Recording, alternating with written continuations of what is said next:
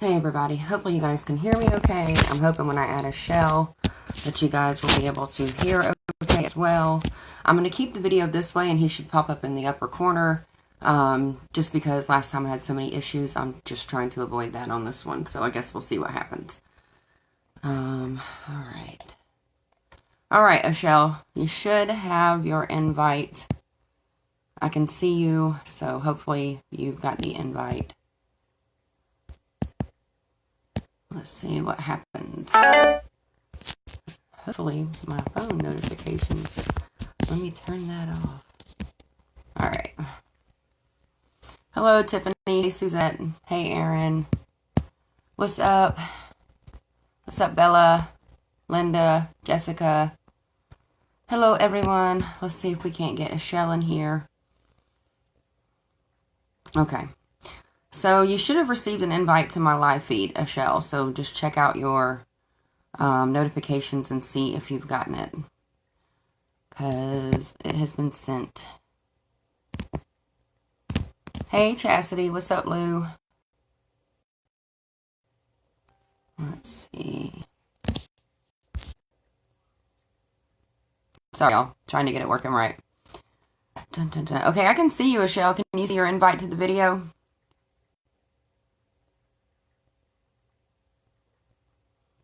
Oh, thank you, Bella. I'm trying. It's been a rough week. Oh, I love you guys. You guys know how to make somebody feel pretty. Let's see. Okay, I can see everybody on here. I just don't see AshEL, so... Let's see. AshEL, message me. Can you see your invite to the live feed? Because I invited you before I started it, so you should have received an invite to join. If not, see if you can request to join. It just keeps telling me who's all here and who can see, who's watching. Let me turn that down. Sorry, guys. This is why I started a few minutes early. It takes a few minutes to get everything lined up and everything going the way you want it to go. Dun, dun, dun.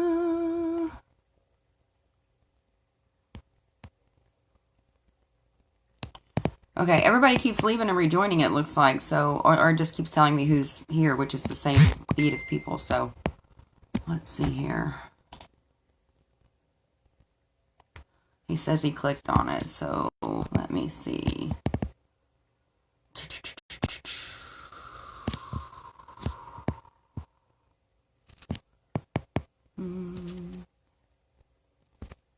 Alright, there we go. Alright, it says it's adding him, so. Y'all tell me if it gets all choppy. Can y'all hear me right now? Tell me if it gets choppy. Hey, AshEL. Hey, can you hear me? I can. Can you hear me? Yeah, I can. Yeah, I figured I'd just use my phone because I think it's something with my computer. Doesn't allow that to Oh. happen. All right. Well, we definitely had a fun week, and it was interesting to say the least, from the start to the finish. For sure. Well, I How, was happy I got to meet how you some of your doing? people. How you Yeah, I was doing? excited. Doing all right. I'm alive. Mhm. I guess that's how Yeah, I'll base it. I'm alive. I'm I'm alive. Yeah, alive. That's good to see. Oh, goodness.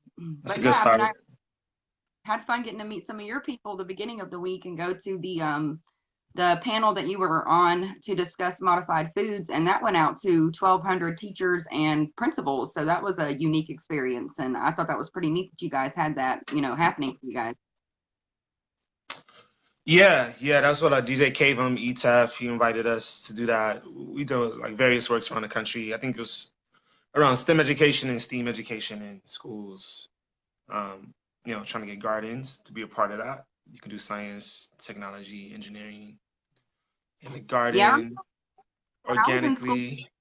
culture, like where they taught you some of this stuff, and then it seems like it's just been kind of forgive the pun, but kind of weeded out of curriculum. And a lot of the teachers say they don't really have a say in what they're teaching or what their curriculum is. And it would be nice if they were able to add more stuff like this in, because we have lost the ability to take care of ourselves. If you don't get it at the supermarket, then people just don't know what to do. Right. Exactly. Yeah. Sovereignty. Yeah. So that Yeah, was we a need to really know. We need to. Yeah, learning how to grow your own food is more than just. Yeah, it's a lot. It's a lot to it. Learning how to take care of life, and obviously sovereignty is a big part of this movement as well. Like sort of being sovereign, not having to be dependent. Here in California, we're dealing with a lot of like fires and a lot of dependency on PG&E. So a lot of people are starting to question that. But sometimes it takes that for that to happen. You know, some crises to happen where right. people are like, "Wait a minute, we should own our utilities." You know. Yeah. Well, and I agree with that. I wish if I had the money, I think my house would run on solar.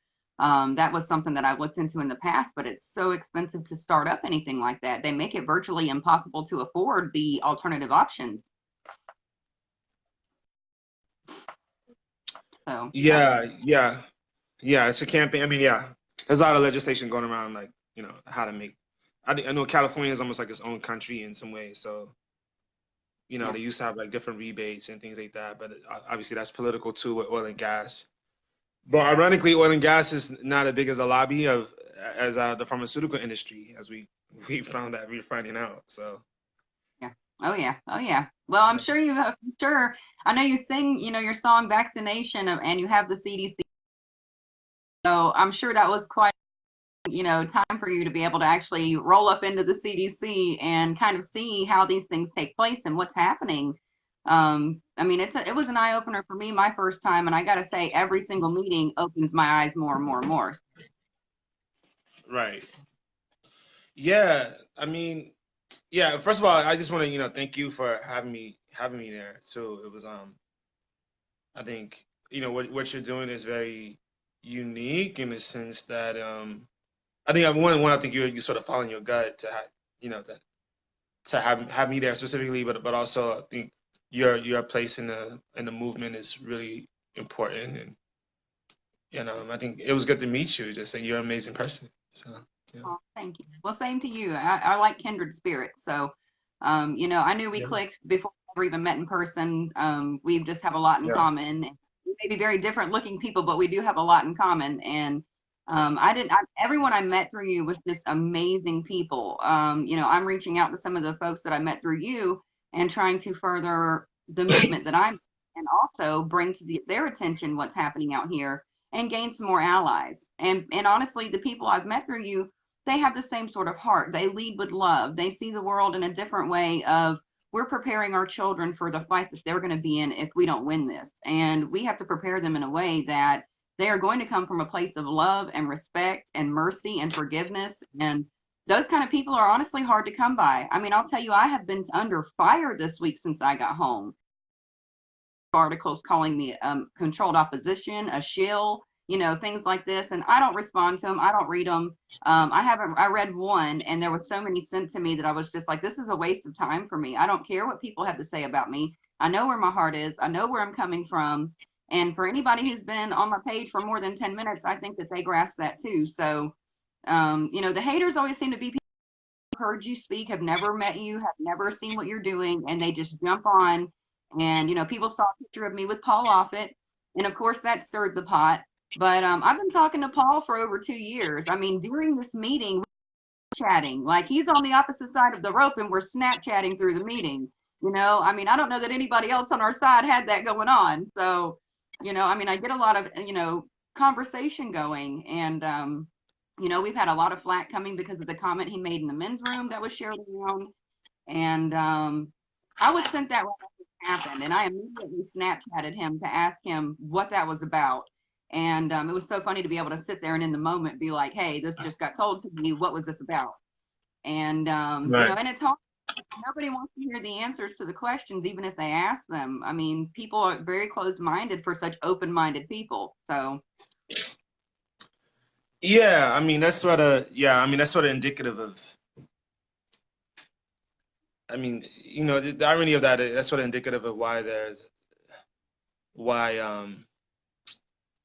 there's an issue to begin with. Like, so, you know, when you're out of integrity in one place, you're out of integrity in another, you know? So like there's, as a movement, if there's, you know, if you're like, for example, like there's a missing spoke in a wheel, then the whole bike doesn't ride.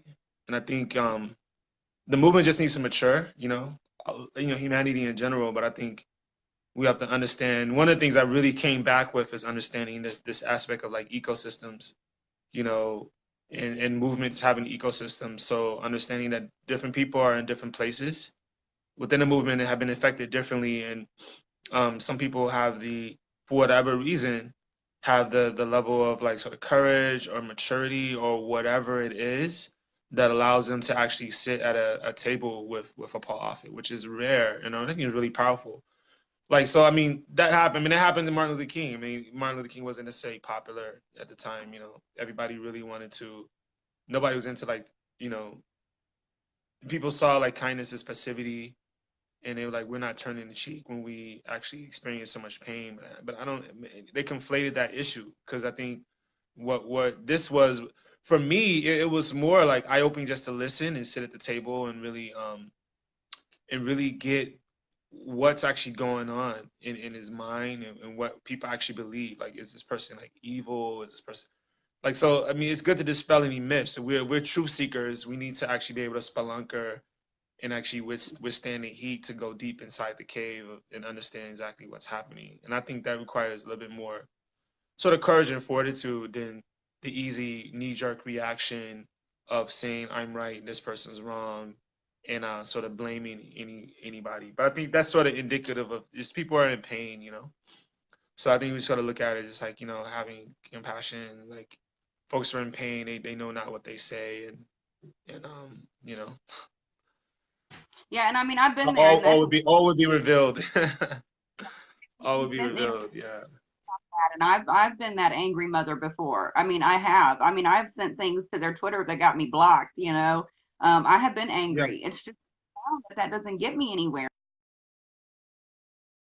Not, they could care less what you're feeling towards them. So rather than be angry and let that take me down or my character or my integrity down a few notches, I decided it's time to just try to show these people mercy, show them love. I would never, ever want to talk to someone who was rude to me or who was, like I always say, spitting nails in my direction. But if someone's coming to Yeah. me from a place of mercy and they're like, hey, maybe you do believe in what you do. Maybe this isn't out of malice. Maybe you really think you're doing the right thing here.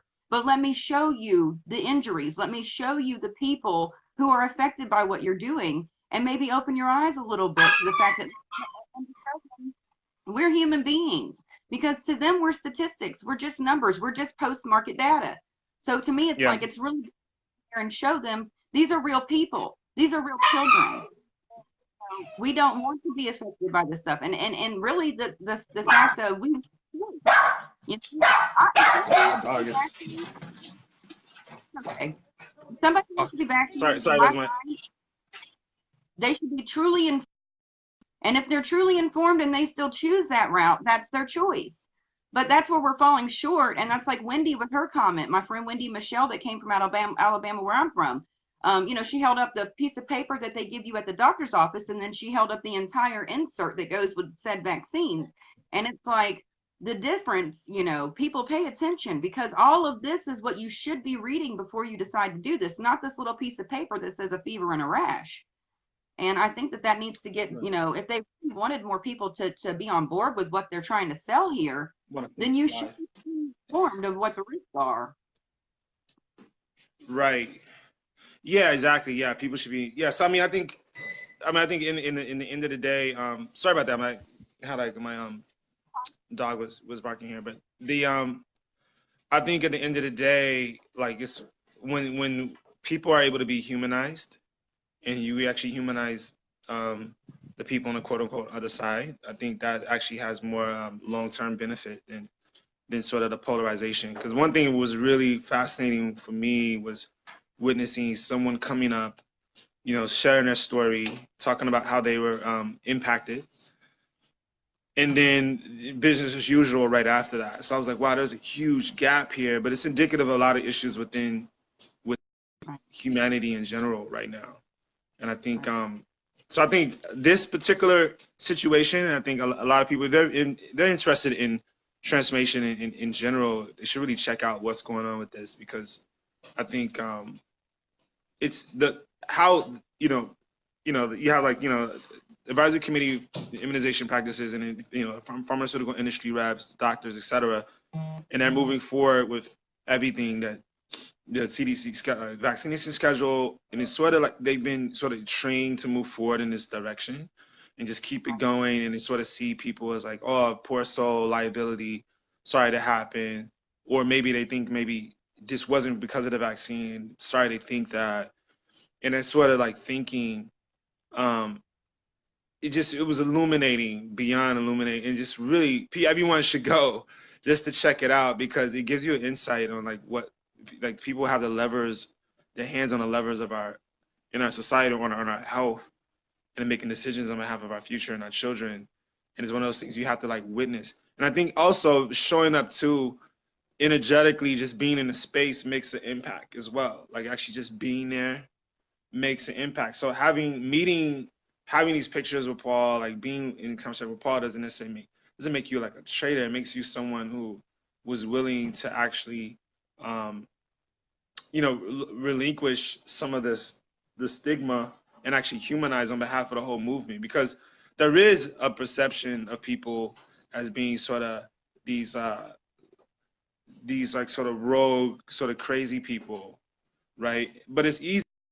That's what happened with slavery, for example, right? If people were dehumanized, and they were less slave them, right? Because you don't have to like account for their humanity, and therefore feel the guilt from enslaving them. So it's really wise. It's really wise, actually, when you think about it, to actually have a meeting and be humanized and actually break down those walls, right? So people will have their own perception, whatever, but this is a long game. So this is not even just like today, tomorrow. People will take the hits, and I send you guidance, protection, but this is a long game, and everyone will think it was their idea, 100 years from now. So this is how humanity works, It's just like, just part of it, yeah. Yeah. And people need to understand too, like we didn't go in there and, this is not, I don't care what people perceive. I don't care if people even know who I am. The only reason people know me is because it's kind of hard not to recognize me. For me, this has nothing to do with that. Like going in there and having these conversations, and Paul is on my Facebook, you guys. If he really wanted to, he can watch this right now. Like I have nothing to hide. I really don't. I don't care what anybody thinks about my relationship to the other side, because I am doing my best to show them that even as crazy as I look, I'm coming from a peaceful place and a place of love. And the fact that all these people I bring in here with me hopefully are coming from that same sort of place. Now, some of them are not, and I can't control that. I do my best, and that's the same thing I was telling Noah, the liaison for the CDC for these meetings. He came and he pulled me aside to a separate part of the building. He wanted to sit down and talk to me, find out what I thought of how the meeting was going, find out what I thought, how can we change some things in here? How do we make this where the public, feels, like their voices are being heard, and at the same time we get our job done? Because at this point, like Paul had said at dinner, he said, I wanted to get up and talk about something to do with the influenza vaccine, but because you guys have inundated, we can't get up and speak either. And so these rules that are applying to us and our public comment time also apply to the other side. And so, that was one of the things Noah and I spoke about was, how do we make this work for everyone? How do we make this, in a way that you guys get to speak, but we still get to say our piece. And also, we don't want them booing us. We don't want them giving us dirty looks. We don't want them on their cell phones while we're talking or on their laptops. Many of our people call them out for that. But then our side, when they are talking, does the same thing. Those kind of things have to stop and they have to change. If we want to be respected, we also have to give respect, whether you like them or you don't. It's the name of the game. It's how you get your voice heard. If you go in there, like when the time clock ran out for my show, I know you heard that everybody was free and whatever. And of course, that was one of the liaison brought up to me was, you guys make yourselves look like angry, crazy people when you behave that way, and the room turns their ears off to you. And I can see it. I watched their, so it's like, this is why I try to prepare people and say, come in here with finesse and love and mercy, and understand that These people are also human beings at the end of the day on the other side of this rope, and they think they're doing what's best, and they really do. I mean, you conversating, sitting at the dinner table with us with Paul, we had a handful of people. What was your takeaway from that dinner with Paul? Do you think that he was just a malicious hater who was just trying to kill all the babies in the world, or what was your takeaway? I mean, I'm so curious. Yeah, I think he saw, you went through training. I mean, he was really fascinated with science. I mean, I can imagine him as a little child, just like really fascinated with the scientific process, and was really, it was like, wow, I'm gonna make a difference. Here's one way I can make a difference here. I can like invent the rubella vaccine. I can actually, go this direction. Um, you know, you see the same thing with people like, become part of like police force or whatever, right? Like, hey, I want to be a police officer. I want to serve and protect. And then, but also what you gotta understand, like, using that metaphor, you're also part of a, police department that actually has a light in the dark to it, right? You're talking about, police. So there's some people within the department who really actually are on like, hey, let's make the most money, and we don't care necessarily about how many people we damage and all that. So he's sort of in between all that. He's in that space. And I think when people really, believe, like when I, working with different people, when people really believe what they experience, like what they're doing, you have to approach it a little bit differently. And I think what we did, which is really smart, is, and I think it's good in general, even when you start dating, whatever, like it's a good process to really just be in a form of listening, deeply listen. How can you be curious? I think that's a more humble space.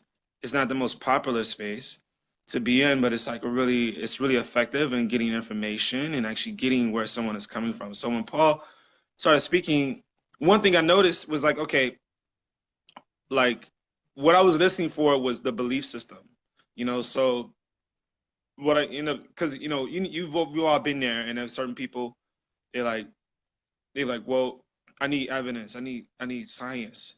And then you sing them science, right? And then they send back science. They be like, no. And then they become science wars, right? Or it becomes just like pro-vax versus anti-vax conversation. And I think it's like a treading in water. You kind of don't get anywhere situation, because I think it's a story war and a belief system war and a paradigm war. If there's a war, because when he started talking about, what was eye-opening for me when he started talking about somebody said something about nature, and the mother nature created our immune system to be a certain way or something on those lines. I think that was very telltale, because when he started responding, he's saying, he's like, you know what, he expressed a lot of fear of nature, actually. And he was sort of like, yo, like, nature will kill us, and we need to protect ourselves from it. And we need to, so I was like, wow, okay, that's the mindset that would create this vaccination system, of which, and the ideology behind it, and the perspective that's how disease gets, conquering disease and eradicating disease mindset. And all traditions, indigenous traditions, and different people around the world who have that healthy lives. That's like one paradigm of thinking of health. Others would think like, well, we can create harmony with it. We can like utilize health and utilize nature and analyze with nature to create health. So different perspective, but it gives you insight on like how what created the industry. So knowing who you're talking to and knowing what you're dealing with is, Bruce Lee will tell you that, like Mike Tyson will tell you that, like anybody they sit with and they study, like who, like, oh, is he 6 feet? Is he 200 pounds? Like, who's my next opponent? Even if you want to look at it from that standpoint. So it's actually wise, yo. Like it was really smart, and it was really powerful for us to have him feel safe, actually, to defend his science. Just that alone, it helps build a relationship where there can be more communication. And I think when there's more communication, more transformation is possible. I was reminded of this guy, Daryl Davis. I think I sent you the thing on Daryl Davis. Daryl Davis helped derobe like 200 KKK members. And there's been people trying to fight KKK in the South for a long time, right? Specifically in the African American community. And he helped derobe 200 people. And along the way, he received a lot of flack. A lot of people were like, why are you meeting with them? Why are you talking with them? This is crazy. You're this person, that person. You're a sellout, you all that. And then, but I don't see any of them, none of them have helped derobe by their own volition. 200 people took their robes off and said, hey, actually, and what happened there was a humanization happened. So right. humanization happened. Like, so they like, oh, actually, we believe that you were this because we saw on the media this, so we you were these type of people, individuals. But actually, when I saw, is that you were actually human beings. You know, you use the bathroom. You know, you have children. So I think we just need to get down to like, you know, calm down. But you know, when there's folks who have what really also I got from the meeting too was that more of that needs to happen, but also needs to happen for people who have the trauma, dealing with trauma from vaccination injury, because there needs to be a space and a place for the movement that respects and honors the bridge people like you are, like we are, bridge people, because the movement has ecosystems in which bridging is part of that. Artists are part of that, healers are a part of that. And I think when the anger is super justified, you like it's super okay to be angry about having your children, like seeing what happens to people's children. It's not to say like people should be silenced at all. I think what is being communicated is that there's a place and there's a time for that, and I think that's it's just an indication that like, hey, that something needs to be released, and we can find constructive ways to hold people in that. As a movement, we need to, as a movement ourselves, we can hold people who are still really deep in the trauma of their child being getting injured, you know, really going through like intense autistic episodes and stuff. Like it's really is we could take responsibility for that. And I really got excited about that. Like, what if we actually took responsibility for that as a movement? And what if we show up with that discipline? Like, if we have that discipline, then because we have healed, we release so much, then there can be no excuses. And people can just be impressed by how we even show up. Like, it's like if we showed up with that level of discipline, folks listen for sure, more so than if we're just undisciplined and spouting off. So it's just I something agree. to take note of. It's something to take note of. And then the third thing I got from the meeting, which branches out to the movement in general, is that level of integrity. So like if we say we're if we say we stand for health, for example, like medical freedom, like freedom. So then we have to really be in integrity and we have to hold space for everyone's freedom. And if we're That's right. standing for health, then we have to ourselves look at how can we be healthy. So, which is harder to look in the mirror, right? It's hard like, okay, well, I gotta like, well, which ways am I just in general being not healthy in terms of my Right. communication, in terms of my diet? So we have to radiate health. So, you know, that's the antithesis of like some of the issues we're dealing with. Because what's going to have to happen is like we're experiencing out in California, people are starting to look at, well, we need to create an alternative energy system. We need to own PG&E, or we need to create some other way to create our own energy. So if we're creating a better party, we're actually getting healthier than what is prescribed by the system. Then there's the win right there. We are healthier. Yeah. So that level of integrity, like few people take that on, right? Like forgiveness. People will talk a good game about it, but forgiveness is not for the faint of the heart. Like forgiveness, to really forgive, people want to act like, you know, the person who comes in is a warrior who sprays up everything and does a Rambo. That person is the person who's the heroic individual and everybody cheers. But then you got to clean up all the bodies. You know what I mean? And then you realize that some of the people you shot and killed are people that could help you build the village back. And then you're like, oh, then you had friendly fire too. You killed your brother. And like, you know, we had to be more wise, you know? So that's sort of what I got from the whole situation. It was like, we need to sit, take a breath, listen more.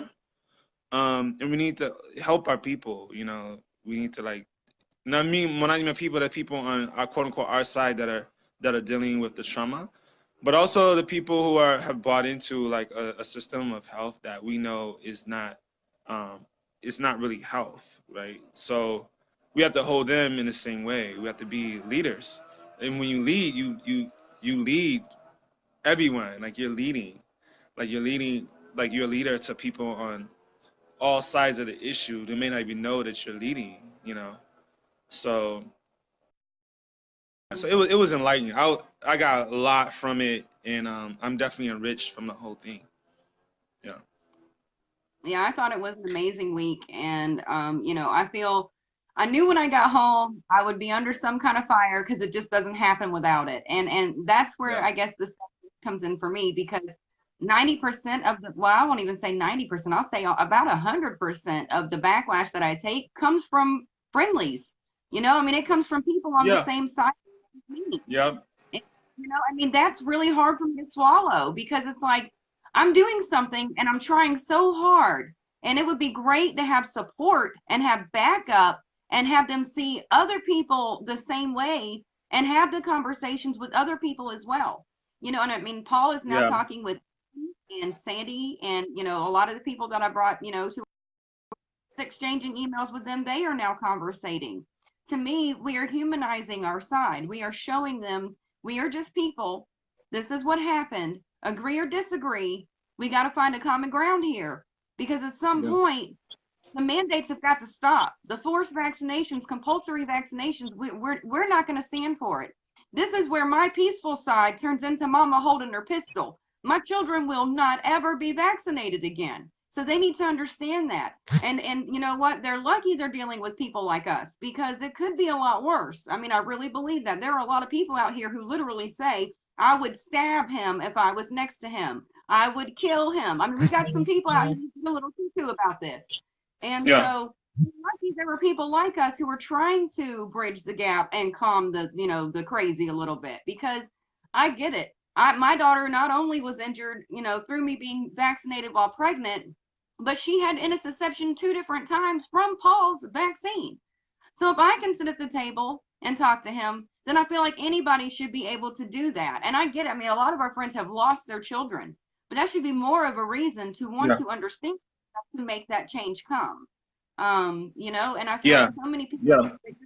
Yeah. I Way. mean, you're to me, in my eyes, you're heroic because, I mean, again, it's so easy. We've all been on the road, right? Somebody cuts you off. It's so easy to cut that person. It's the easiest thing to do. It takes no fortitude of character, anything to do that. That's normal. But if you want business as usual, then you do the normal thing. If you want to continue to have these situations, this polarized situation, like I'm right, you're wrong, and they continue these sort of like agendas, then yeah, keep doing what you're doing, keep reacting, you know. But what I learned that, there's a thing called activism. And activism, they understand that the first person you transform is yourself. So who do you have to be the space of transformation? You know what I mean? Like it's not that's not easy. Like that requires, like, you have to really sit and you have to really be friends with yourself, and love yourself enough to know that where you're going is not, you may not see the fruits of it like today or tomorrow. But I remember I was working with Van. We were going into San Quentin, and we were doing some work in San Quentin, and Van was saying, we were coming out, and he was like, wow, what, we were talking about the movement in general. I think this particular movement is a movement for criminal justice and in prison reform. And he was like, well, we've been fighting and fighting and fighting. And he's like, I think we have to fight different now.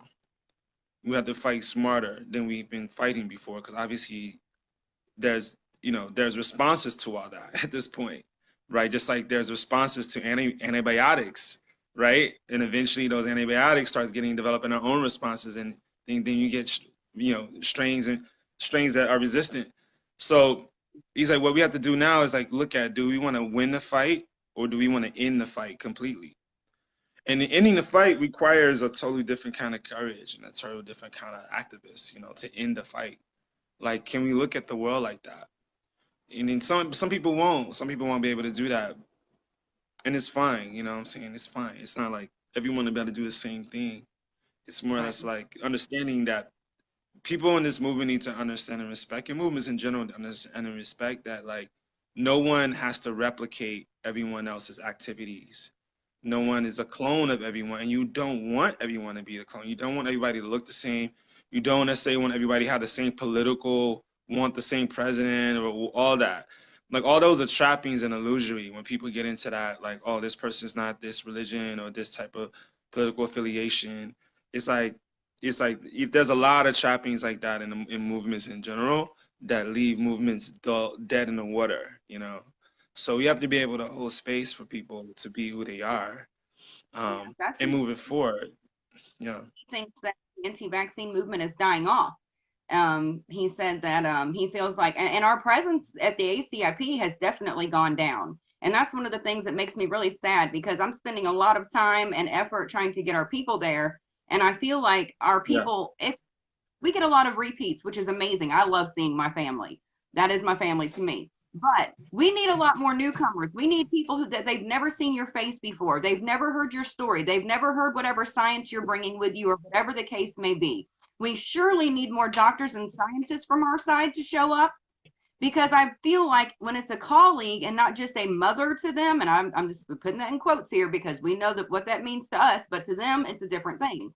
When we can get these scientists and these doctors and these people Yeah. who have the rebuttal to their bullcrap in the room to speak on it, then I think we live streamed around the world. So we will make other doctors and other scientists out there question some things just by hearing other people who are colleagues of theirs speaking on our side. So I really do hope Yeah. that our presence is to grow instead of dwindle.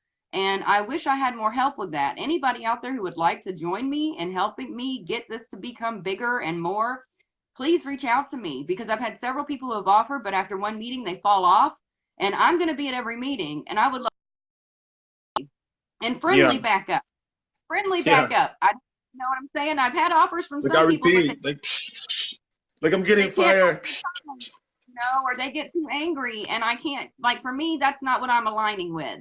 I will align with everybody, but at the same time, when it comes to the mission at hand and what I'm trying to do in that building, it's going to have to be people who see this as, okay, I've got to put away the hate, and I've got to look at this from a different perspective.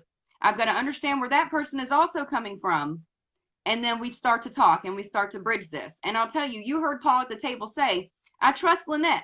So if this goes awry or crazy in any way, this is on her.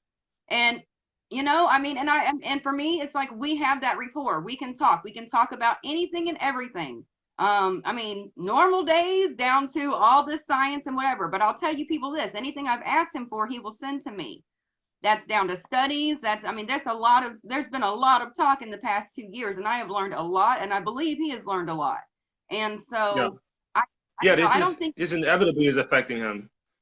that's right. It's not a one-way thing. It's inevitably affecting him, like, as well. Like the fact that he's having these conversations. I mean, I think one thing that came out too, he kept mentioning somebody who was a vaccine safety advocate. Forget his name, but he was really like appreciating of this person. I mean, so you started to get to understand that there's certain, like, what does he respect? What does this movement respect? There's certain, obviously the language is science. What's Remember that? him saying to have that man put on the ACIP panel. He got a vaccine safety activist is what he calls it, which is Yeah. basically what we are. He had that Right. person put on the panel. Yeah. To be someone who helps make those decisions. So, where people think this is all just malice and this and that, he sees a lot of us as humans. It's down to the ones, but you have to treat him as a human being too. And Yeah, not I mean, a lot of people. yeah, I just want to put in the context, like, Lynn, like, yo, this is age old. Like, the Jackie Robinson, first black person in the American Baseball League. Like, it's so many instances where people were like, people are that bridge people. These people are like bridging people, and they open the door for other people. But that person doesn't have it easy. So I think what everybody out there listening is saying, like, yo, like, support Lynette, like, straight up. Like, this is a very unique and powerful opportunity to have this communication. We should definitely support her, and I think this is going to lead to something that we'll see, soon. I really like that. There's a doctor who showed up, and also you can hear. Also, what was good about it was hearing, like, likes and dislikes. So it's good information to know. It's just good information. I think what it is, Lynette, you're a warrior, right? So when you're a warrior, you need people on your team who the creative mind is the calm mind. You can't have people, if you're in a jungle and you're trying to move a direction and somebody's just like breaking down and running the other direction, or somebody's just making a bunch of noise. like, dude, we're gonna get us sniped out here, yo. We need like we're on mission here. We're warriors, yo. Like, so you gotta have discipline when you're doing this, and it's just, this is a game of chess. You know, this isn't checkers, yo. So some people are Right. playing a different game and they don't know it, and then they're getting in the way. But you know, people will find out eventually. I think what's gonna bring more people into the movement is in this way is, unfortunately, and I was saying this on the trip, is more people just gonna have to deal with the injuries, unfortunately. And I think that'll send people in droves. Just like, you know, like I'm saying, I keep mentioning this. I haven't seen. I remember I was on boards arguing for solar programs and power purchase agreements and community choice aggregation so we can own our utilities for like years. Then I got quiet about it. Now it's like we lose our power for a few days and everybody's really up in arms again. They're like, wait a minute, we need to like own our own energy. Who is this organization anyway? Company anyway? So I think that's sort of just human nature, you know, like people just remember things when it's not convenient. And it's going to be a huge, unfortunately, we sort of learn through suffering, and there's going to be a huge inconvenience when people on all sides of this conversation are going to have injuries that they're dealing with attributed to these vaccinations. And then Right. everybody's going to want to be. So I think our role now is to already act like it's already done, and really just create space for people to come in and actually create opportunities for people to come in more. Because there's always going to be naysayers and people like that. That's how you know you're doing a good job and you're doing the right thing. Yeah, Um, that was you know, talking to your Ross Kofi. That he helped me, and I can't oh yeah, wait what to was see that him. quote? What was that quote he said? He said, His gift was people don't throw stones at trees that aren't bearing fruit. They don't throw stones at trees that, you know, he said you're doing something if people are throwing stones at you. And that lets you know you're on the right path pretty much, because people don't throw stones at trees without fruit. They want whatever you've got. And so, you know, pretty much haters are gonna hate, you know, and you just gotta keep yeah, going. And you know, if that seed you throw back instead of a stone could be the seed that helps them bear fruit. So I really do, when I get all yeah, this flack, I don't go talking bad to these people. I don't go get angry. I just ignore it, or I will send them a pleasant message saying, hey, I think you're seeing this the wrong way. This is what's actually taking place. Maybe you could try to see this from a place of love and light instead of whatever dark place you're coming from here. You know, because I do believe that. I mean, and I have so many people who tell me, we just got a message on here saying that someone is so inspired by our approach and they're from New Zealand. You know, this message goes way further than just Atlanta or America or whatever. I've got tons of people from around the world who see what we're doing here, and yeah, I hope that love and light spreads over to those places, because there are bad guys everywhere and there are good guys everywhere, and we really do have to see this as, okay, how do we show this to them? How do we and we have to do that with finesse and with couthness. I mean, it's we've talked about this all week. You can't go in there angry as can be and expect them to listen, and you can't go in there and yeah, and be obnoxious during their time and expect them to listen to you during your time. And I mean, yeah, I got a little frustrated with our side during that moment when they had to restart the clock and everybody was getting an attitude, and this poor woman was doing it as fast as she could. And I was just upset. It was like, come on, guys, like, give her a minute. They're not trying to censor her. They're going to give her full time. Calm down, because it does make us look like a bunch of buttholes. And I mean, and I yeah, got given names by ACIP of the people that they wish would just stay at home. And I'm like, well, I can't control that. I wish I could, but I yeah, can't. yeah. And You won't be able to control it. But you know, I think, like my grandmother said it best. She was like, you can catch more.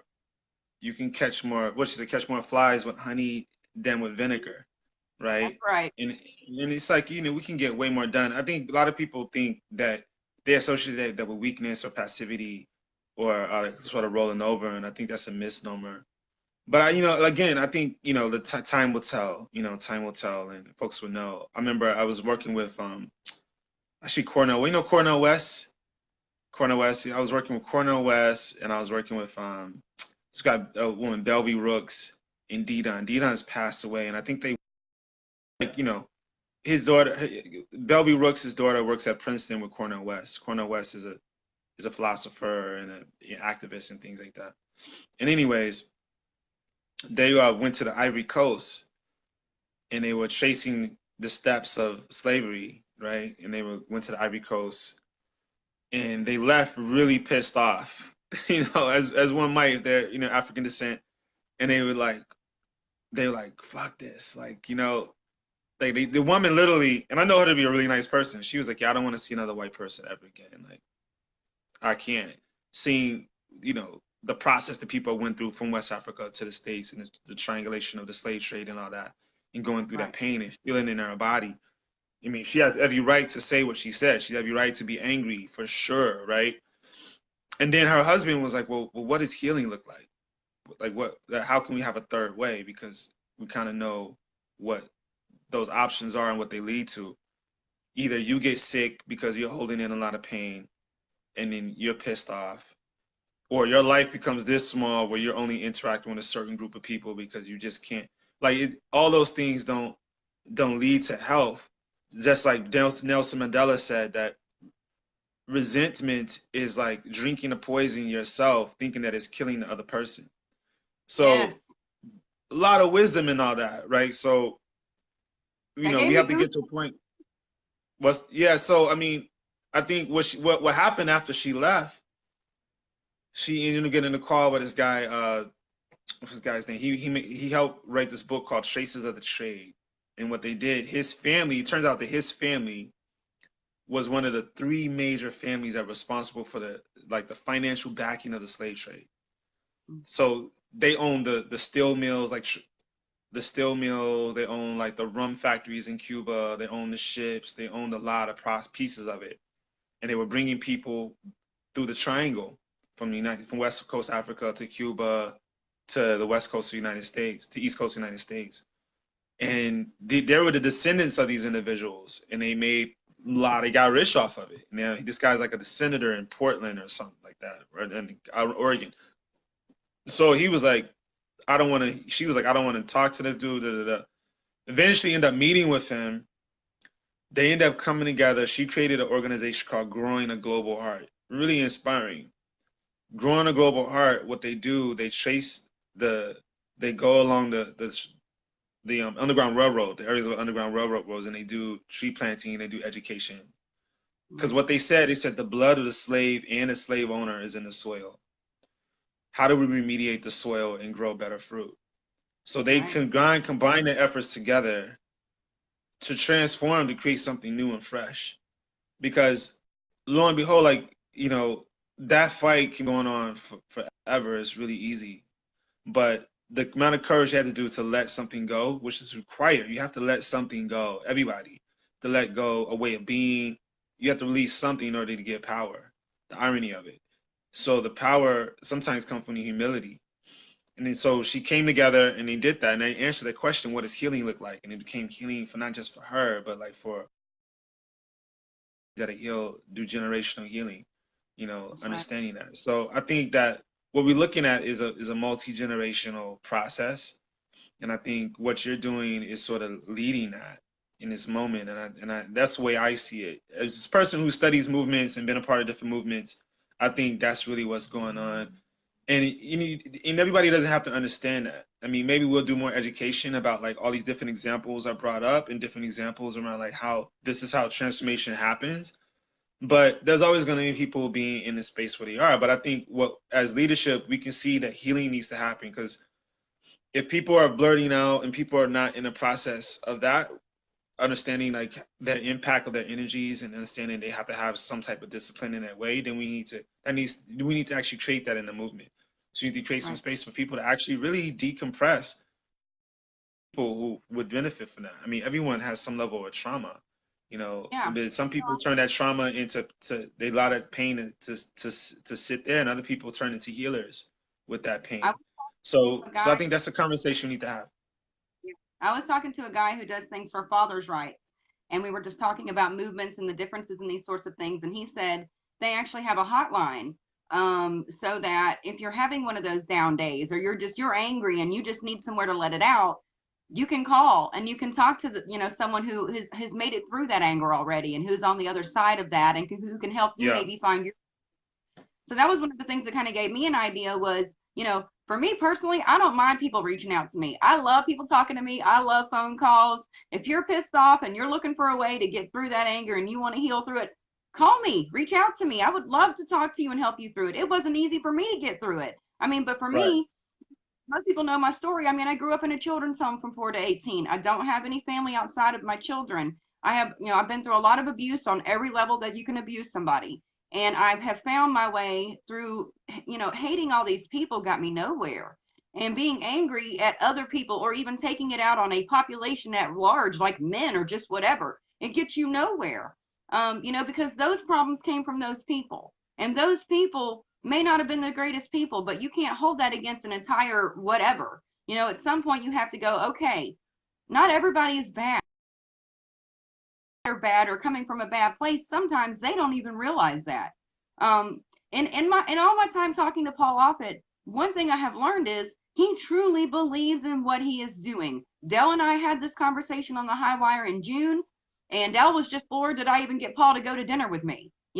But I mean, and I think it's funny too. I'm like the least normal looking probably person, and here I am, the one who's having these conversations. But because I think once people get to know me, you don't see this anymore. You see what's coming from in here. At least I hope so. And, I feel like that it does help to be able to have those conversations, for them to come pull me away from my people and say, hey, let's talk. And they sit there and take notes and they want to know what I think the change could be or how we could make this work better. Like, that's a start. The fact that they're even reaching out to me like, hey, we know you're bringing these people in here. Let's talk about what you guys want to see from this. And I mean, we are Yeah, infringing upon what's happening there. it's So powerful. much has changed in that process because we are there. And Yeah, Paul told us they're afraid to talk about safety now. They're afraid to talk about safety because they think if they say anything even off or wrong, our side's going to go crazy. And so, I mean, yeah, we've kind of, they're afraid to even have the conversations they were having before we showed up. And so, I yeah. mean, It's a relationship. This is sort of stuff if anybody went through like sort of couples therapy or anything like that, this is the same thing to come up. Like you start to realize like you face. And then trauma, the nature of trauma, there's a that goes over this. This guy's a doctor. I'm forgetting his name right now, but he practices in British Columbia and Vancouver. He has a book called Hungry Ghost, Feeding a Hungry Ghost. But anyways, his family's like Auschwitz survivors, so he understands trauma, right? So he works with trauma. And trauma is almost like a being in itself. It's like an entity. So it's like you kind of gotta like you gotta hear it, and you gotta have a space to hear it out, and it has to be released. Like if it doesn't, it's gonna come out in ways that you don't want it to come out necessarily, and it's gonna continue to fester, and it's gonna go spew out on someone else. And then when it spews out on someone else, it's going to keep that story going. It's going to it's because trauma is almost like a life in itself, and it wants to stay alive in some ways. So like you kind of gotta. That's why forgiveness is an antidote, to that. So I mean, I think what I'm getting from it, if we're dealing with like health issues, physical health, emotional health issues, then there needs to be more healers in it. And I think also agree that also we need to hold up and respect and honor all of our RNs, our nurses, our doctors, like all those people, because they're more in the space of like the language, like the people who are the quote unquote whistleblowers. All those people need to really hold them as precious, because those again are also bridge people. Those are people right. who are bridging, and again, they're also obviously catching flack, right? So all those folks need to stick together, because those are almost like the imaginal cells of a caterpillar turned into a butterfly, right? Yeah. There's particular cells that they've identified of a caterpillar before it's transformed into a butterfly called imaginal cells, and it's this space that we are those cells actually in this movement that we're helping transfer things into. It actually gets to a full expressive butterfly. So that's a precious moment. If you don't make it past that moment, you stay in butterfly, or you die, you get eaten, or whatever. So we really have to hold those people precious and really understand that they're like really awesome, amazing individuals. Because and also people in this movement in general, if you've actually experienced some some illness, vaccine illness, like injury, or know someone dealing with that, or have had any issue with the pharmaceutical industry in general, understand that these folks are sort of like canaries in a coal mine in Right. general, because for humanity, because what happens essentially is once there becomes like enough threshold of understanding which direction we do not need to go in, then we can point to the right direction and go in that direction. But Yeah. it takes we got to the people that we're who we are. We have to really see ourselves as that, as indicators for all of humanity. Like, so it's a bad thing to happen, but it's also, for whatever reason, in, God, the universe, whatever you want to call it, put you in a position to have this experience, to look exactly how you look, to sound exactly how you look, to live exactly where you look, to put you in this position to be exactly where you are, and there's no mistakes. So there's no mistakes. Y'all make no mistake, right? So it's really beautiful, actually. And I think when people can understand that, and the beauty of their lives, and the beauty, beyond, their trauma, actually, that poison actually is their medicine. Yeah. Now you have this beautiful medicine that you're offering. And I see it as medicine, and I think it's really powerful. So I adore you, and I honor you, and I appreciate you, and I appreciate all those folks. And I think you will hold the gate and the door open for more people to come. So I'm excited. They think that things are, I mean, there's a misnomer to think that this movement is dying. It's just not. Like, it's growing exponentially. Like, you can just feel it, you feel it is. And more people in general are waking up to the powers of natural healing. I Yeah. mean, one thing was interesting, Paul was actually noting, he was like, yeah, like, because I think he understands, he has a book on it. I'm actually looking forward to reading some of his books now too, just so I can get deeper inside of what's going on and seeing what it is. And there was one book he's talking about alternative healing, and the one thing he held up was the placebo effect. He was like, oh yeah, the mind does actually impact your health. And one thing he noted was the placebo effect. So that, to me, that's a lot of information there. So when you have a placebo effect, so then that also lets me know that, like, belief, the power of belief. There's another book by Bruce Lipton called The Biology of Belief. There's a lot of actual inroads that we can actually intersect on and align with, actually, that are doctors. If we actually know what the person is and what the full conversation is. It's like when you go on a date, like, you're like, wow, okay, we don't align in this, line align with that, but definitely, like, oh, we can align right here and there, but you kind of got to listen to figure out what that is. If you're playing music, the best musicians are listeners. You can't just come in and just play music and then wonder why the thing doesn't sound good, like, oh, you suck. Like, no, they could be a really great musician, they just don't play like how you play. You have to listen and figure out how they play music, how your music complements their music. We can create harmony, you know what I'm saying? Right. But it takes listening. So it's easier to really just spout off all the time. But folks, sometimes you got to sit, listen, figure out who they're dealing with, figure out who's in that team. Like, so when I'm playing basketball, you got to know, Joey's not going to dunk the ball when you pass the ball. Like, he's just not going to dunk it. Like, he's better at rebounding. Joey's really good at rebounding. So when you know that, then you respect Joey. Like, Joey, don't be like, Joey, why are you always rebounding, dude? You just crazy. Like, nah, you respect Joey for being a good rebounder, because that's what we need, rebounds on the team. Like, I don't know. I don't know what else to say about it. There's a lot of different metaphors you can use, but if we're on a team together, we just got to respect everyone's position. Yeah. Um, That's something that and move Jennifer forward. Cole, we were riding back from Atlanta, the day I had to drop you off, that she was equating it to football, and she said everybody plays a different position. Everybody can't play the Right, same position, and the team would never win, and nothing would ever happen if we all were the same position or if we were minus a few of those positions. And right, that I like that, because that's really, like, for me, that's kind of how I feel. We're not all here to bridge the gap. We're not all here to be what we're trying to do. We're not all those people, but we need those other people who are doing what they're doing as well, just like they need us. And so I hope that starts to translate. And I will be interviewing the other people who went to dinner with us as well throughout the week, is whenever they're available, and we'll get their take as well. But for those out there, who are attacking this or the efforts that I'm making, I love you too. And I hope that someday you can see this from a different perspective, the way that I try to see all of this. I really do try to put myself in their shoes.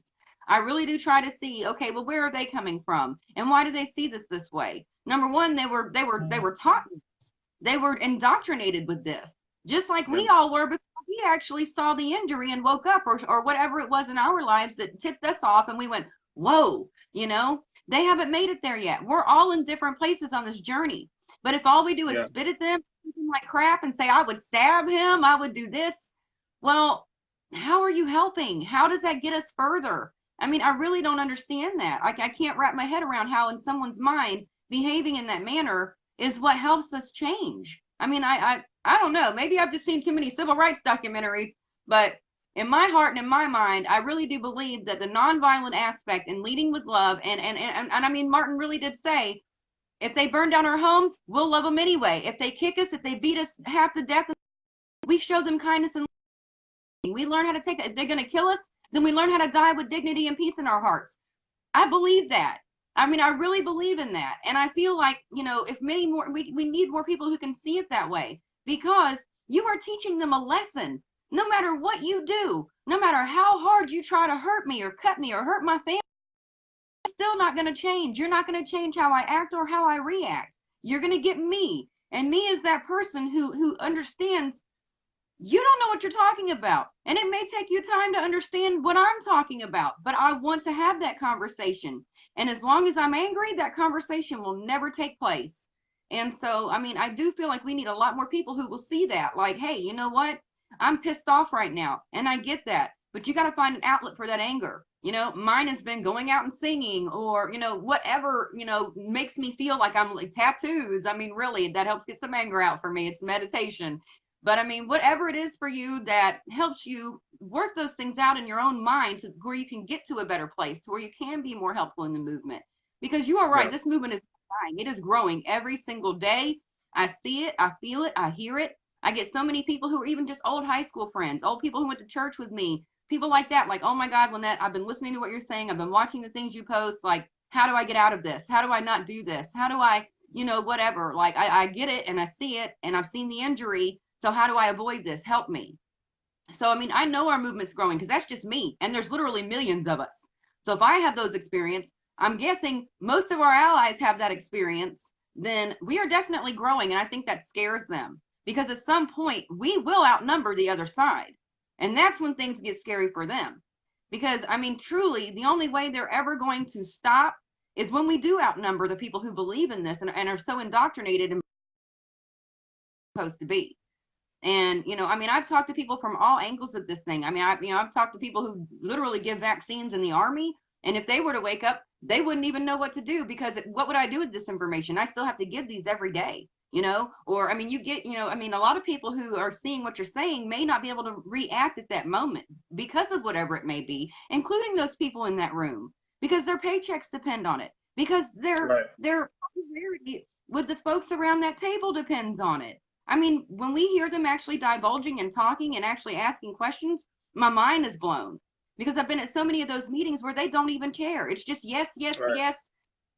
And, no care is given. So us being there has changed that a lot. And I mean, it was hard to watch, Elijah get up and talk about Christopher, and the very next person was a woman repping the HPV vaccine. Like, I almost fell out of my chair. I think that woman should have just said, no, I'm good on speaking. I'm just going to sit back down. Because that really would have done her a lot better, because she actually approached in the hallway and apologized. Like, I am so sorry that I had to do that, But you could tell that But I said my phone bill was gonna get cut off, and I just need to get that check coming in next week, and I'm like, I get it, girl. I see you. Yeah. Yeah, I mean, there's a lot of different reasons why people are in that room, and a lot of it's definitely survival and dependency on those paychecks, and that's also the tribalism too. Like, if your crew's been saying is you spent like $100,000 6 years of your life in medical school, your father did, your grandfather did, they've all been like, this is what you do, this is how you do it. Then it takes a lot of energy and strength to be divergent from that. So just having some compassion for that. That's why Martin Luther King says that the arc of the universe is long and it bends towards justice, meaning that it's eventually there's all things come to light. It may take more time, so you have to have patience. You have to take care of yourself, so that you can be a clear vessel, so in the meanwhile. And then the more we're clear within ourselves, the more we sort of magnetize ourselves to it. But I'm the one to think right now, though, like, it's really just sort of getting ready for more people to come on. Like, expect more people. I think Anonymous has that thing, expect us or whatever.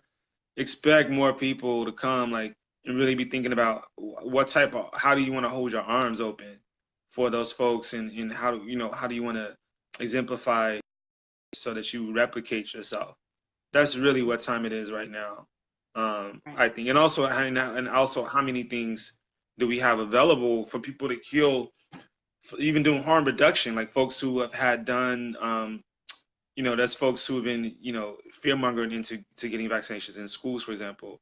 Like, we need to be, not only we need to be there with our protest signs and be like, and also signs like, well, do you know this is in your vaccines, et cetera, outside the clinics, et cetera. But you need to really be like, wow, you got that? Well, here's what you need to do with vitamin C. Make sure you don't take the Tylenol. Boom, boom, boom, and really go down the list. So then that actually, because what you're really coming with is love. Like, it's all love. So even if someone, sure, like your kid did something you told him not to do forever and ever. He's like, don't do that, don't do that. He falls down. Sure, you could be like, first you're like, man, I told you not to do that. But then you take care of the wound, right? You take care of the wound, and you're like, okay, well, let me get you all cleaned up here. And then the person through that process is really best to just associate that wound point with the people who actually helped you heal. So then that's also going to bring more people in, because then you like, wow, the nicest people I ever met were the people who actually showed up for me while I was going through this grieving injury and I didn't know what to do. So it makes sense. All steps and all parts of it, you got to hold space. You got to be the solution in every point down. You got to be those people. Yeah. Yeah, with what I do with my products and stuff, I just got a message yesterday. I have to vaccinate myself. I have no choice. I live in a state where this has become mandatory for her to be in school. Help me with the detox process after she has to get these. Now, a lot of people I've seen attack these people like, you could figure it out, you could move, you could do this. And it's like, you know what? Maybe they can't. I'm one of those people, I have money, I can just haul ass and move if Alabama decides to mandate this stuff. I'll fight tooth and nail against it. Don't get me wrong. But sometimes, there are people who have to cave in. I mean, it happens. I hate it. I mean, I'm sure it's happening in California and New York right now. And so we have to be healers for those people too, because a lot of people have had to make these choices against their will. And they're afraid if they don't, they'll lose their children. CPS will show up at their door, whatever the case may be. So they go in and they do. And I will never be rude to those people. And I wish our movement saw it that way as well. I will always be there to be a helping hand, and whatever you need, not only is here's what I, a whole list of other things you can do to detox this child, to help with the wound, to do whatever the case, whatever they're facing afterwards and before. And we like that. I mean, I agree with you. We need more peacemakers, and we definitely need more healers. And we have plenty of people in our movement who have the capability to be healers. And, I think that we need those people to shine that and to show other people, and it's not an easy job. I will give you that, because believe me, I mean, it takes up a lot of my time, and I don't mind that. I honestly, I welcome it. And just like I welcome phone calls of people who make her and don't know how to get past it. And I hear all the time through my comments, through my feeds, I have such a hard time leading with love. I have such a hard time seeing things. Thank you for showing me. Thank you for teaching me how to do this and put that away. And so I love that. I mean, I really do. I will continue to do this. This is who I am. This is not like, this is a front. This is whatever. This is who I am. This is who I am from the inside out. And I won't change how I have to react based on what gets thrown at me. I just don't feel like that's correct to do. And a lot of people do that. And, if people want to talk bad about me, you go right ahead. That is your prerogative. You are free to do that. That is okay. That whatever you want to do. I really don't want to get sent all of that, just for everybody who's listening. I don't need to. I'm not going to read it. I don't care what they have to say about me. All that would do is make me hurt, and I don't want that. So for me, it's like I avoid those kind of things. So you guys don't have to send me all the stuff you see talking about me, because I really ain't going to read it anyway. It doesn't help any. And honestly, my mission is my mission, and I pray about everything I do out here. And when I prayed about this dinner, when I literally prayed so hard on this that I thought I had fallen asleep and woken up with answers. Like, I mean, I was that deep in a state of like, my mind was elsewhere. And I saw you, and I saw Sandy, and I saw Edwin, and Edwin's wife ended up coming along, and that was our little group, and that was it. And Paul did not bring the other side like he was supposed to. And I actually wandered that room talking to people, inviting people to our dinner, trying to get them to come and conversate with us. Now they're still afraid. I mean, most of them tell him not to even talk to me. They're still very afraid of what could come of us trying to bridge this gap. And I mean, I get it. They're afraid that we'll get to them, because we will, because we do have truth on our side. So, you know, I mean, I do get it, but that's the thing is Noah's starting to see me, their liaison. I know he was seeing me as a human being. We had a very good conversation. There's a woman who's been talking to me, who's an outer panel member, who has seen me since my very first time coming in there. And she will walk by me and kind of give me the little hand wave, like a slip, like below the waist, like, hey girl, because she doesn't want them to see that she's okay with me. You know, I mean, it's her job. And so, you know, I had people coming by me in the hallway that were off the main panel that were like, oh my God, I love your hair color this time. And like all these things, they were being very friendly to me. And I mean, they get used to you at some point. They get used to seeing you in there. You become kind of a part of the process. And I wish we had a lot more people. At one point, we had over 450 registered to be there. Not even half of that showed up. And so they kind of changed how the process went because it screwed them over quite a bit. And so, you know, I wanted to get it to where they need a bigger venue because so many of us want to be there. You know, I mean, I really want to see that day come. And I don't care if their pro side gets up and talks. I mean, that's their platform. That's their space. We have to respect that. We can't be and, you know, acting stupid. Like, we really can't. We have got to respect them speaking if we want that respect in return. So I do hope that kind of thing stops and changes in the future meetings. These meetings are 3 times a year, you guys. If you're not on my page, go to the Inundate the CDC ACIP meeting page. It is being censored like crazy right now. So if you want to join it, you'll have to search it out yourselves. It is, like, even when I post it, it'll say this link isn't available. If I invite you, see how to get in. So you're going to have to seek it out yourself in the search bar to join the page. But there's almost 2,000 people on there at this point. If we actually had that many people getting involved, and anybody, once the registration is full, wants to be outside doing something, we make a bigger voice here. We have a bigger picture here. See, the problem is we get in there and we've got sometimes 50 to 100 to 150, I think is the most I've seen in that room on our side. And then we've got like maybe peppered in, maybe or something, but that makes us look very small. What they need to understand is this is not a small group of people. And these people come from all over, and not just America, but all over the world. Tons of the doctors who come there and pharmaceutical people, they're coming from other parts of the world. And it's not cheap, I get that. But we really do need voices from all over the place. They have got to see that this is just not a small handful of people who are upset. And I mean, they told me they follow the Inundate page, which I already know. They told me they follow what I do, which I already know. But that's, I have nothing to hide. You know, they can watch this right now. I'm good with that. What's up, y'all? You know what I mean? It's like I have nothing to hide. I'm not changing who I am for anybody. So I mean, that's good. And that's good information. That's good. That's good to know that folks are watching that. So then we can be, you can utilize that information if you're playing checkers or you're playing chess, right? So we need to play chess with all that information that we have. We have email, we have access to emails, you know, the information, you know, to ask questions and be in communication with Paul. There's certain assets that we have right now that we can use strategically, like just to really just get move things forward. And I think folks need to understand that. Yeah. But Lynette, I'm just curious. So when is the next one, and what do you need? What do you need? When is the next ACIP meeting? ACIP is going to February, and I'll actually actual dates are. Okay. So the next one is in February. Like I say, they're 3 times a year. We've got February, June, and October. And you know, the hard part is everything has changed. Like, it used to be very different, and like registration in the past, it would have been up right now. You could have registered for February right now in the past. Now they don't put it up until like weeks beforehand, and they won't pick who speaks anymore until weeks beforehand. And I mean, they kind of blame us for that, which I get it, because I had a flood of people wanting to do it. But we've talked about that. We've talked about how public comment works. We've talked about so much. So for February of 2020, we have February 26th and 27th, which will be the meeting days. And honestly, for me, what I would love to see show up is more peacekeepers, more bridge people, anybody who, like doctors, scientists wise, who has information on things that are being covered. You know, the vaccines that are being talked about in the room that day are those kind of things. People who have like strategic information on those things that show the science, not just pharma paid science, but actual science on this stuff. We need those people in that room. We really need those people in that room because, like Dr. Nernschwander, when he got up and spoke, he did brilliantly.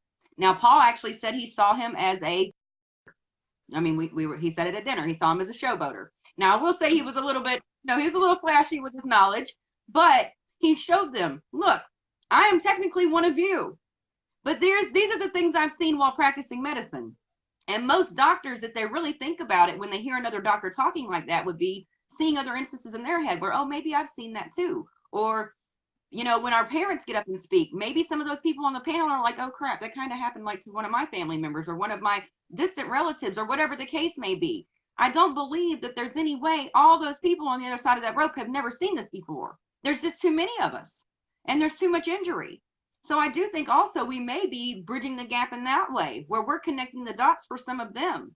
You never know what's happening in their heads. Yeah. I have watched them turn their chairs just to hear us talk. So, and as long as people are peaceful and they keep their decorum, they listen. Now, if people get angry and they start, yelling at them and things like that, I find that to be a little less constructive. I know there was a mother just like with me, just like with any of us. Yeah. Somebody's yelling at me. Somebody's yelling at me and piss me off, then I might not pay attention too much. Yeah. Exactly. So I mean, I know we had a mother at the end there who had just got put on at the end. She had gotten a speaking spot. I had just barely gotten a firm request from her, had never spoken to her. She didn't kind of know what the mission was at hand. Now she did get a little riled up and pissed off. Now they did mention that to me and how she kind of assaulted them verbally. And I can't control everybody. I don't know her. I know that she's hurting right now. She's in a major place of hurt. She just lost her baby. So maybe I'd be in the spot too if I just lost my baby. I got very close to losing one of them thanks to her rounds of vaccines. And my other one, my daughter says, is pretty much a ghost thanks to autism. It's just not anybody out there who's on a daily autism. It changes everything. I mean, it really does, and it's hard. But for me, I got 2 injured little girls. So for people to always think that I'm some kind of controlled or this or that, definitely not. I spend nothing but time not only trying to heal my own children, but also offering things to try to help other people heal as well. I've been spending all this time number one, making all these products, all this stuff, to talk to these people. You're saying like that would be a waste of my time. So it's hard. I'm definitely under attack a lot, and I will just tell you, I love you guys. Whether you like me, love me, hate me, don't, I still love you. So do with that what you want, you know? Can you hear me?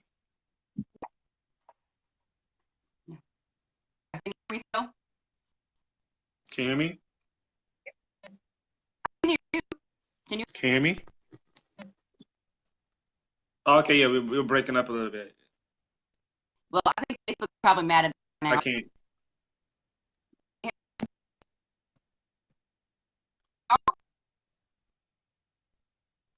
I can't hear you. Well, I guess they will. I'll message you. You're coming in and out. Yeah. Oh, okay. Okay, I hear you. I see you.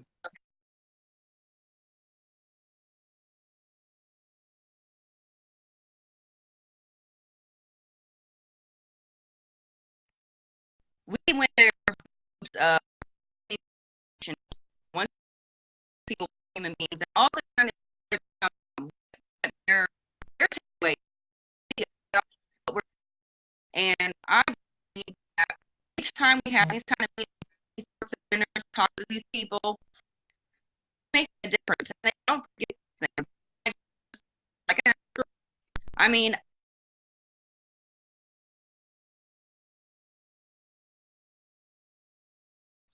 I've been years. I'm down for that. I'm in here for the long haul. I won't give up on this. This is my life's goal for me. Like, this is what I feel like I'm supposed to be doing. And so, I mean, I've almost died several times. My daughter always says, I have no idea why you made it. And I know why, because I had something I still had to do and I'm not done yet. So, You know, we all have our place here. We all have to respect each other. We have to lift each other up. You may not agree with everybody's position, and we all are in different places here. And so wherever you're at, if you need a friend, you need help, you need love, you need healing, you need light, you need whatever you need, reach out to people who are offering that to you. Don't just sit in the darkness and feel like you're by yourself, because you're not, because we've all been there and some of us are still there. So you've got a lot of people out here who care about you, and I want to see anybody who's living in a space of anger come and blossom from that and turn into that butterfly we're talking about, you know?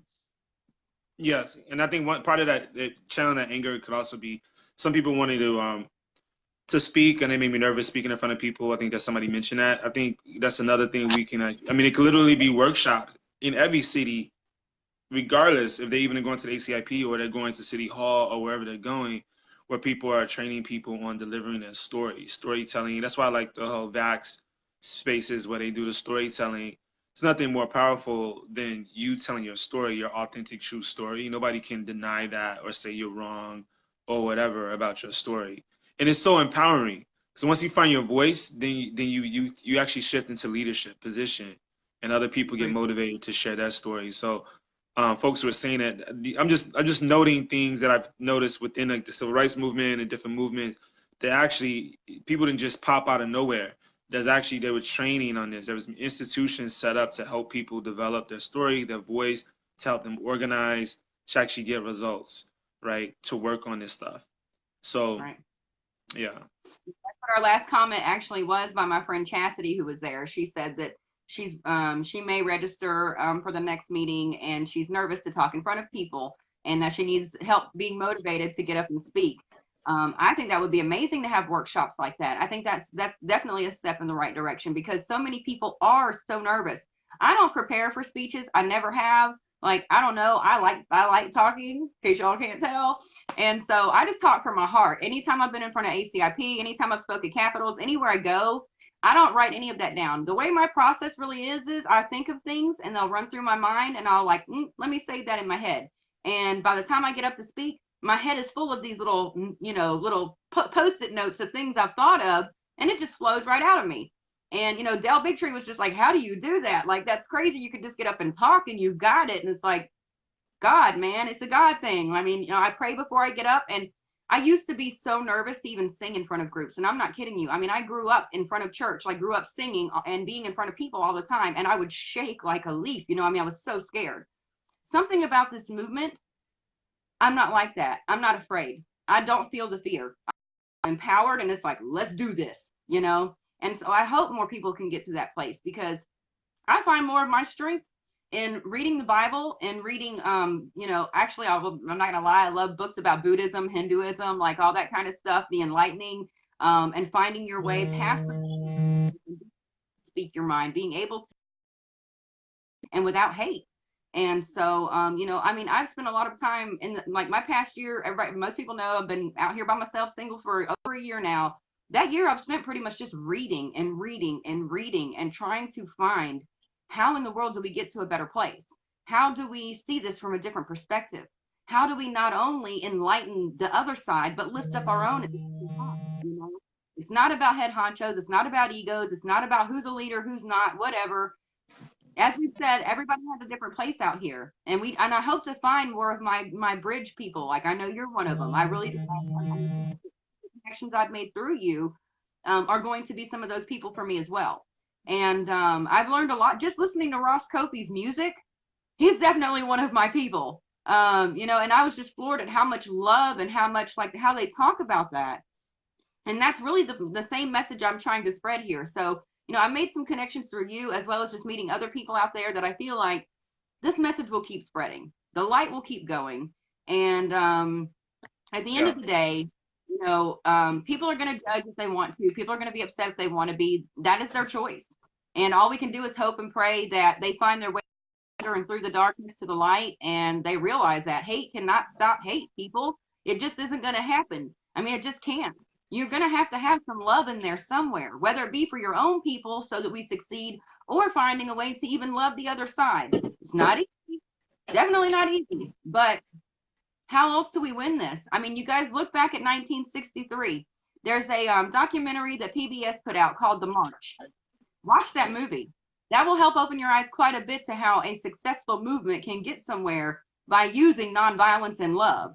And Yeah. you know, I mean, there are so many things that people could take from the civil rights, from the past, and history repeating itself doesn't have to be a negative thing. You can take those amazing things that have happened in the past and you can use those to find your way through in what we're going through now. So that's just my 2 cents on that. Yeah. Yeah. Well, a lot of people haven't come into this as activists, trained activists or whatever. They just had experiences, you know, which is really valuable. That's a really dope way to come into something, just having experience. So yeah, I mean, we just want to provide a little structure like that and a little like sort of history and a little context. And yeah. Yeah, I agree. Well, I know you're a busy man with lots to do. I hope your band is rocking it out there. I know you missed the show thanks to the flight that you missed going back, so that's my bad. No, it's my So bad. Yeah, it's all good. hopefully everything works out and you guys get that up and going and doing amazing. You guys check out, and hopefully I'm not saying it, is the Doggone Lights, right? Oh yeah, Dogon Lights, or there's I put it in the comments, AshELSeasons.com. Yeah, I'm on Instagram, AshEL Seasunz, SEASUNZ. Yeah, I'm in a lot of places, but I got a bunch of new stuff coming out. Your Yeah. music is beautiful, whether it be for activism, which even some of the Doggone Light stuff actually, like this one's for the people. There are a lot of songs there that are also feel very activism like to me. But your music is beautiful and your spirit is beautiful, and I so enjoyed spending time with you. I think we actually we inundated not only the CDC, but we kind of inundated Athens and Atlanta too. So it Yeah, was a lot of fun, and I look forward to for seeing sure. you again. I'm sure I will. And For sure. you know, just keep aligning. Let's just keep finding more people who have the same mission in their heart, because I think that's how we grow. That's how we get bigger and stronger. And you know, thank you for the connections that I've made through you. I hope you made some good connections from hanging out with me. And just keep that love and light coming, because I'm serious. Like, it shows, and it's a big deal. And we need more people like that out here. And I think our people really don't realize, if you're looking at the screen right now, we're very different people. Vaccine injury does not discriminate, and neither do we. Like, we love everybody. So let's try to bridge that and show them that. That's one of the main reasons why I'm trying to get more who aren't, and I'm not being rude, but I'm just being real, who aren't just our soccer mom looking people. Because we need them to see this isn't a young or old, this isn't a white or black, this isn't a this or this. This is everyone. This is affecting everyone. And I think that that needs to be shown in the diversity of the people we are bringing in as well. Yeah. Yeah, unification. Yeah, unification. That's Yeah. right. Well, I love you, my friend. Enjoy All the right. rest of Love you whatever. too. I don't even know what today is, y'all. I really have no idea. So enjoy whatever today is. And I will talk to you soon, my friend. All right. All right. Bless. Thank you. Right back at you. Bye.